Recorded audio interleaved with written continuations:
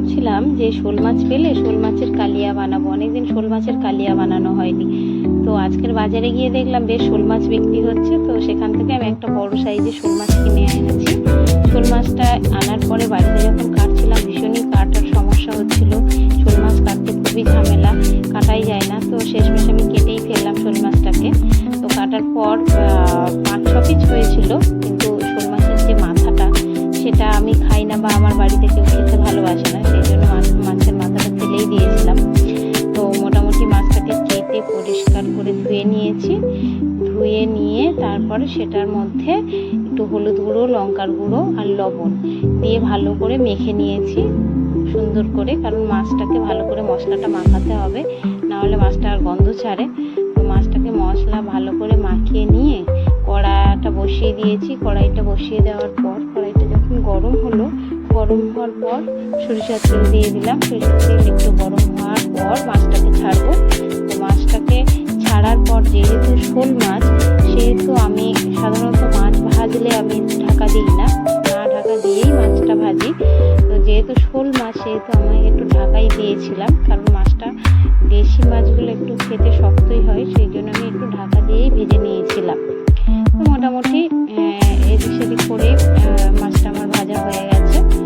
ভাজা হওয়ার পরে তো এদিকে আমি মশলা করে নিয়েছিলাম, যে পেঁয়াজ, রসুন আর কাঁচা লঙ্কা আর আদা দিয়ে পেস্ট একটা বানিয়ে নিয়েছিলাম, আর একটু গোটা গরম মশলা লেগেছিল। এছাড়া আর বেশি কিছু লাগেনি। তো মোটামুটি শোল মাছের কালিয়া করার জন্য আমার মাছগুলো ভাজা রেডি। মাছগুলো আস্তে আস্তে আমি এবারে তুলে নেব, এপিট ওপিট করে ভালো করে ভেজে। তো মোটামুটি ভাজা হয়ে গেছে। ভাজা হয়ে যাওয়ার পর এবারে আমি মাছগুলোকে তুলে নেব। এই দেখো, বেশ কড়া করে লাল লাল করে ভেজে নিয়েছি। তারপর আরেকটু তেল দিলাম। তেল দেওয়ার পর এর মধ্যে গোটা গরম মশলা দেব। গোটা গরম মশলা দেওয়ার পর একটু হালকা ভাজা করার পর যে পেস্ট আমি বানিয়েছিলাম পেঁয়াজ, রসুন, আদা আর কাঁচা লঙ্কা দিয়ে, যেহেতু কয়েকটা কাঁচা লঙ্কার মধ্যে পেকে গেছিলো, লাল হয়ে গেছিলো, তাই একটু রঙটা লাল লাল দেখতে লাগছে।